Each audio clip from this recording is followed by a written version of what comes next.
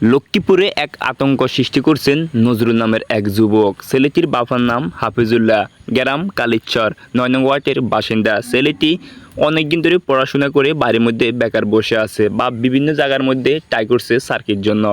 সার্কি না মিলার গতিকে ছেলেটির মাথার মধ্যে এরকম একটা পরিকল্পনা আসে যে এরকম একটা ছেলেটি কাজ করবে। আসলে চাউমিন লওয়ার জন্য মিশিংওয়ালার কাছে মানুষের ঘন্টার পর ঘন্টা বসে থাকা লাগে বা আগ থেকে সিরিয়াল দেওয়া লাগে। অন্য সময় বৃষ্টি আসার গতিকে মানুষের চাউমিনগুলো পৌঁছে যাবা নষ্ট হয়। এই ছেলেটি এরকম একটা উদ্যোগ নিতেছে।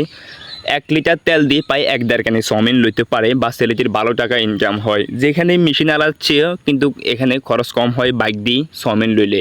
এলাকার পোলাপানে শখ করে আবার তার বাইকের পিছনে উঠো। আপনাদেরকে দেখাচ্ছি চাউমিনগুলো খুবই সুন্দরভাবে পড়ে যায়। ছেলেটিকে যদি আমরা জিজ্ঞেস করি যে এরকম উদ্যোগটা কতদিন আসে, ছেলেটি বলে অনেক দিন ধরে পড়াশোনা করে বাড়ির মধ্যে বসে আছি, তাই কি করব এরকম একটা উদ্যোগ নিতেছি। আসলে এলাকা